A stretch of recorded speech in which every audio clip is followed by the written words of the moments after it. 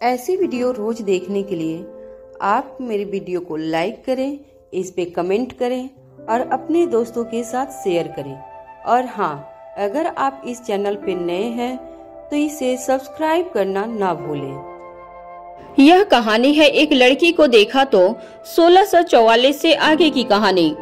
नंदिनी कहती है, लेकिन आज की बात अलग है। आज उसे गुलेरिया परिवार से आए हुए कपड़े ही शगुन के तौर पर पहनने होंगे। बस मैं कुछ नहीं जानती, अब तुम समझो और यह अनिका समझे। अगर तुम लोगों ने मेरी बात नहीं मानी तो मैं खुद जाकर प्रीति से बात करूंगी।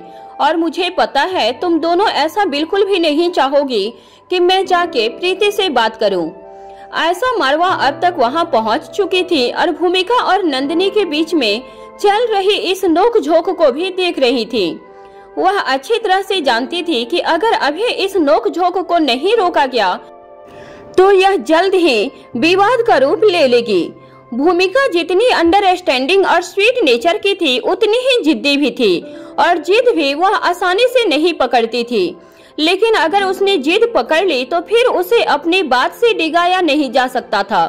अनिका भी इस बात को अच्छी तरह समझ रही थी, लेकिन ऐसी स्थिति में क्या किया जाना चाहिए इसके लिए अनिका बिल्कुल भी तैयार नहीं थी। वह चाहती थी कि यह मामला खुद ही सुलझ जाए, किंतु स्थिति ऐसी दिखाई नहीं दे रही थी।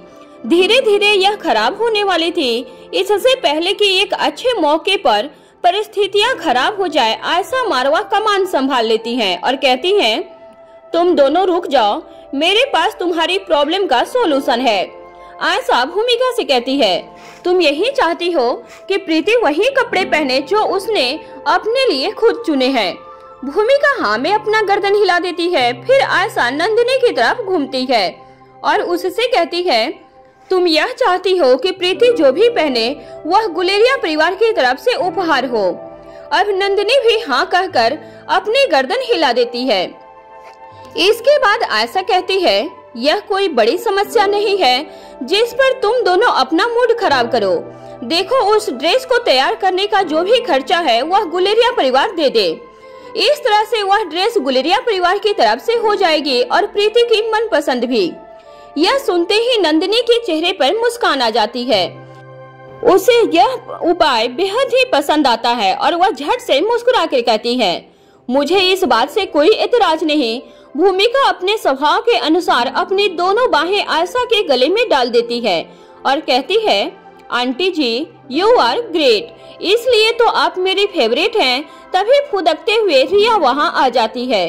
फिर भूमिका का हाथ पकड़कर कहती है, भूमिका बुआ चलिए ना, आप मुझे अपनी ड्रेस दिखा दीजिए कि आप क्या पहनने वाली हैं, और मैं आपको दिखाती हूँ कि मैं अपने लिए क्या सिलेक्ट की हूँ, और आप उसे देखकर बताइए कि मैं उसमें कैसी लगूंगी। रिया की बात सुनकर सभी के चेहरे पे मुस्कान दिखाई देने लगती है। तभी सभी वहां खड़े देखते रह जाते हैं और रिया भूमिका का हाथ पकड़कर उसे साथ लेकर जाती है। उन दोनों के सजने संवरने को लेकर, ट्यूनिंग को लेकर सभी हंसने लगते हैं। वैसे भी रिया को भूमिका शुरुआत से ही उसके स्टाइल के लिए बेहद पसंद थी, और दोनों की एक जैसी पसंद होने के कारण भूमिका को भी रिया बेहद प्यारी थी। वहीं दूसरी तरफ सनी के कमरे में धीरे धीरे दोपहर भी ढल चुकी थी। अब तैयार होने का वक्त हो चुका था। सनी और ओंकार दोनों ही बेड पर बैठे हुए थे। दोनों ने ही अपने हाथ पीछे की ओर करके बिस्तर पर टिकाए हुए थे और गर्दन ऊंची करके छत की ओर देख रहे थे। उनके पैर बिस्तर से नीचे लटक रहे थे। वह दोनों ही अपनी अपनी दुनिया में खोए हुए थे और गहन विचारों में मगन थे। तभी ओंकार कहता है, मुझे लगता है कि तुम्हें तैयार हो जाना चाहिए। आज तुम्हारे लिए खास दिन है। मुक्ता भी समय से पहले ही यहाँ पहुँच जाएगी। तुम्हें उसके वेलकम के लिए वहाँ मौजूद होना चाहिए। आज हर किसी की निगाह तुम दोनों पर ही होगी। हमारे सभी रिश्तेदार और मुक्ता के सभी रिश्तेदार तुम दोनों को साथ में देखेंगे और मेड फॉर ईच अदर के फॉर्मेट में तुम्हें फिट करने की कोशिश करेंगे। इसलिए तुम्हारे ऊपर मोरल रिस्पांसिबिलिटी है कि तुम किसी भी मामले में मुक्ता के रिश्तेदारों को मायूस न करो, क्योंकि मुझे पूरा विश्वास है मुक्ता हमारे रिश्तेदारों में से किसी को भी मायूस होने का मौका नहीं देगी। सनी कहता है, मुझे तैयार होने में कितनी देर लगेगी? जरा सा भी देर में मैं तैयार हो जाऊंगा। लेकिन मैं तैयार तब होऊंगा जब तुम अपने लिए एक सूट फाइनल करोगे। कितनी देर हो चुकी है? मुझे तुमसे यह कहते कहते कि तुम कुछ सेलेक्ट कर लो। तुम मेरे बचपन के दोस्त हो, तुम मेरे आसपास रहना तुम्हारी मोरल रिस्पॉन्सिबिलिटी है। ऊपर से अगर तुम इसी तरह से उदास रहोगे तो लोग तरह तरह की बातें बनाएंगे। फिर एक पल रुक कर आगे कहता है, और बोलने वालों को तुम जानते ही हो। अब तक जो भी लोग इस बारे में जानते होंगे कि मुक्ता और तुम्हारा रिश्ता होने वाला था, वह तुम्हारे चेहरे की मायूसी देखकर कुछ और ही मतलब निकाल लेंगे। इस खूबसूरत अवसर का फायदा उठाते हुए तुम्हारे माता पिता के पास अपनी अपनी लड़कियों का रिश्ता लेकर पहुंच जाएंगे। तुम्हारी मुसीबत कम होने की जगह और बढ़ जाएगी। इसलिए जैसा कहता हूँ वैसा करो। अब ओंकार कहता है, मैंने कहा ना, मुझे कहीं नहीं जाना, मैं यही कमरे में ठीक हूँ। सनी अपनी जगह से उठ खड़ा होता है और बिस्तर से कुछ कदम दूर चला जाता है। फिर ओंकार की तरफ मुड़ता है और उसे धमकी देते हुए कहता है, अगर तुम मेरे साथ नहीं चलोगे तो मैं भी नहीं जाऊंगा। मेरे ऐसा करने से मुक्ता का मूड खराब होगा, उसकी जिम्मेदारी तुम्हारे सिर पर आएगी। वैसे भी आज उसका जन्मदिन है। इतना ही नहीं, मेरे अपने कमरे में बाहर नहीं जाने के लिए जवाबदेही भी तुम्हारी ही होगी। सभी घर वालों को, रिश्तेदारों को तुम जवाब देना। मैं किसी से नहीं मिलूंगा। अब ओंकार सीधा बैठते हुए कहता है, तुम बिना वजह की जिद कर रहे हो। सनी ओंकार की तरफ एक कदम आगे बढ़ते हुए कहता है, और तुम क्या कर रहे हो? दोस्त की खुशी में खुश होना एक अच्छे दोस्त की पहचान होती है। आज नहीं तो कल प्रीति की नाराजगी दूर हो ही जाएगी। वैसे भी भूमिका दीदी ने कहा है कि वह हमारी मदद करेगी।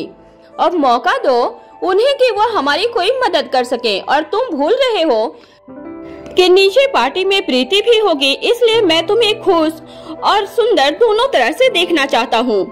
ओंकार जैसे ही आगे बोलने की कोशिश करता है तभी दरवाजे पर खटखटाने की आवाज होती है। उन दोनों की आंखें एक साथ दरवाजे की ओर देखने लगती है। दरवाजा खुलता है और एक नौकर अंदर आ जाता है। नौकर अपने हाथों को आगे की तरफ बढ़ाता है तो उसके हाथों में एक सूट था। वह उसे बेड पर रख देता है। फिर कहता है, भूमिका मैडम ने कहा है कि यह सूट प्रीति मैडम की ड्रेस से मैचिंग है और ओंकार सर को यही पहनना है। इतना कहकर वह वापस पीछे की ओर मुड़ता है और वहां से चला जाता है। यह सुनकर सनी को अंदर से थोड़ा सा उत्साह महसूस होता है, लेकिन अभी भी उसके चेहरे पर असमंजसता दिखाई दे रही थी। वहीं सनी के चेहरे पर बड़ी सी मुस्कान आ जाती है और वह ओंकार की तरफ अपना हाथ आगे करते हुए उससे कहता है, अब तुम्हारे पास कोई चारा नहीं है ना मुझे ना कहने के लिए और ना ही भूमिका दीदी को ना कहने के लिए। फिर ओंकार का हाथ पकड़कर खींचकर उसे खड़ा करते हुए उसके दोनों कंधों को अपने हाथ में लेकर थपथपाते हुए कहता है, चलो तैयार हो जाओ। जरूर भूमिका दीदी ने तुम्हारे लिए कुछ न कुछ सोचा होगा। पॉजिटिव सोचोगे तो पॉजिटिव होगा। सनी की बात सुनने के बाद अब ओंकार के चेहरे पे हल्की से मुस्कान आ जाती है। वहीं दूसरी तरफ रोहित और अनिका के कमरे में रोहित अपने कमरे में तैयार हो रहा था, तभी दरवाजा खुलता है और अनिका अंदर आ जाती है।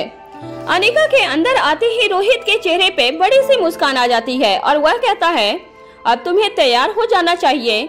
तुम्हें तैयार होने में ज्यादा वक्त नहीं लगता, लेकिन फिर भी इससे ज्यादा देर करना ठीक नहीं होगा। अनिका की आंखें कमरे में अंदर जाते ही उस स्टैंड पर जाती है जिस पर कई सारे गाउन टंगे हुए थे। यह बेस्ट गाउन में से कुछ थे जो खास अनिका के लिए ऑर्डर हुए थे। अनिका की निगाहें पल भर के लिए उस स्टैंड पर ही टिकी हुई थी। यह केवल रोहित की आवाज को अपने कानों से सुन रही थी। वह स्टैंड के पास जाकर सभी गाउन्स को इधर उधर करके देखने लगती है। फिर 2 पल के बाद अनिका कहती है, आई एम सॉरी मिस्टर मारवा, पर मैं गाउन नहीं पहनूंगी। आज मैं साड़ी पहनने वाली हूँ। रोहित अनिका की बात सुनकर बेहद हैरान होता है और उसके पास आकर कहता है, क्यों, क्या तुम्हें यह पसंद नहीं है? अनिका कहती है, तुम्हारी पसंद मुझे पसंद क्यों नहीं आएगी? ऐसा कहकर वह रोहित की तरफ मुड़ती है। अनिका की आंखें जैसे ही रोहित की आंखों से मिलती है वह पल भर के लिए खामोश रह जाती है। उसके बाद उसका ध्यान रोहित के मुस्कुराते हुए चेहरे और फिर रोहित पर जाता है। रोहित के डैशिंग लुक को देखकर अनिका जैसे पिघल जाती है और उसकी बात मुंह के अंदर ही रह जाती है। वह खामोश होकर हल्की सी मुस्कान के साथ रोहित को देखने लगती है। रोहित धीरे से अनिका की तरफ बढ़ता है और उसके एकदम पास आ जाता है। फिर उसकी कमर में हाथ डालकर उसको अपनी तरफ खींचते हुए पूछता है, बताओ यह गाउन तुम्हें क्यों पसंद नहीं? अनिका अपने दोनों हाथ रोहित के दोनों कंधों के पास सीने के ऊपर रख लेती है। अनिका को ऐसा महसूस हो रहा था जैसे उसके आसपास हल्की हल्की हवा चल रही हो।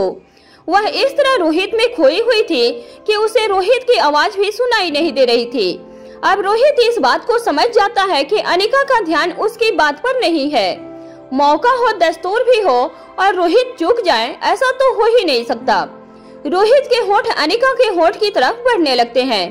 तभी अनिका सचेत हो जाती है और रोहित के होंठ पर अपना हाथ रखते हुए कहती है, कभी नहीं कभी भी शुरू हो जाते हो। अब रोहित अनिका का हाथ अपने होठों से नीचे कर देता है और कहता है, कभी भी कहाँ हूँ, अपने बेडरूम में हूँ, अपनी बीबी के साथ हूँ। अनिका अपने दोनों हाथ रोहित के गले में डालते हुए कहती है, अच्छा तो क्या आज आपकी सभी जिम्मेदारियों को पूरा कर चुके हो और इस वक्त पूरी तरह से फ्री हैं? अब रोहित जवाब देता है, वही तो पूरी करने जा रहा था। मेरी पहली जिम्मेदारी तुम हो, पर तुमने पूरा ही नहीं करने दिया। अनिका मुस्कुराकर पीछे हट जाती है और कहती है, अगर आप तैयार हो चुके हैं मिस्टर मारवा, तो क्या मैं तैयार हो जाऊं? अब रोहित फिर से उसी बात पर आ जाता है, पहले यह बताओ कि तुम्हें कैसा गाउन चाहिए? अब अनिका जवाब देती है, मैंने कहा कि मैं साड़ी पहन रही हूँ, मुझे गाउन नहीं चाहिए। रोहित पूछता है, तुम पर सब अच्छा लगता है लेकिन गाउन क्यों नहीं पहनना, क्या कोई खास वजह है? अनिका जवाब देती है, आज उन चारों का दिन है, वह दोनों लड़कियां गाउन पहनेंगे। अब घर के बाकी सभी फीमेल भी गाउन पहन लेगी तो उन दोनों के लिए खास क्या रह जाएगा? आज सबसे अच्छा और अलग उन्हें ही लगना चाहिए, इसलिए मैं इंडियन अटायर पहनना चाहती हूँ। अब रोहित कहता है, तुम चाहे जो भी पहनो, तुमसे अच्छा और कोई दिख ही नहीं सकता। मैं सिर्फ इसलिए पूछ रहा था ताकि अपने सोलमेट के साथ मैचिंग कर सकूं। ठीक है, मैं भी कुछ इंडो वेस्टर्न या इंडियन अटायर पहन लेता हूँ जिसमें कुर्ता शामिल हो।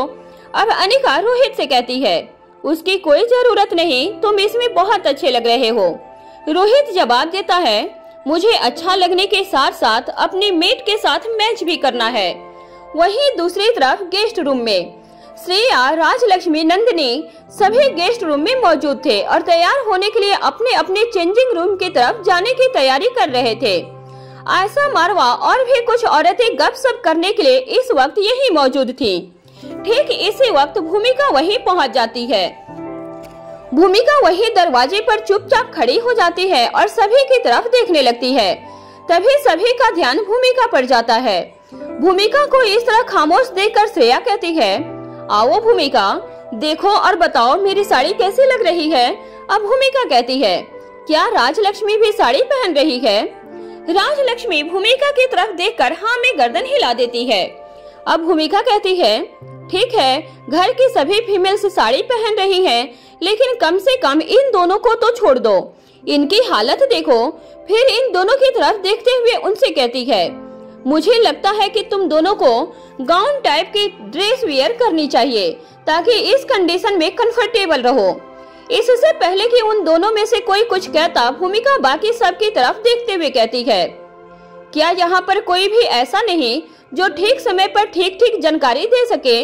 मैंने आज के लिए वेस्टर्न ड्रेस डिजाइन करवाई थी, अब बताओ एट द मोमेंट मैं साड़ी कैसे पहनूं?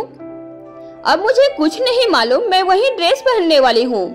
भूमिका की नाराजगी देखकर नंदिनी आगे आती है और भूमिका का हाथ पकड़कर अंदर लाते हुए कहती है, क्या भूमिका, यह बात बात पर रूठना लड़कों वालों का काम होता है। अब तुम लड़की वाली होकर भी ऐसे बात बात पर रूठोगी तो कैसे चलेगा? अब हमारे जमाई राजा रोहित मारवा की बहन होने का नाजायज फायदा मत उठाओ। जहां भूमिका का दिमाग इतना खराब हो रहा था, वहीं नंदिनी की बात सुनते ही वहां मौजूद बाकी सभी हंस पड़ते हैं।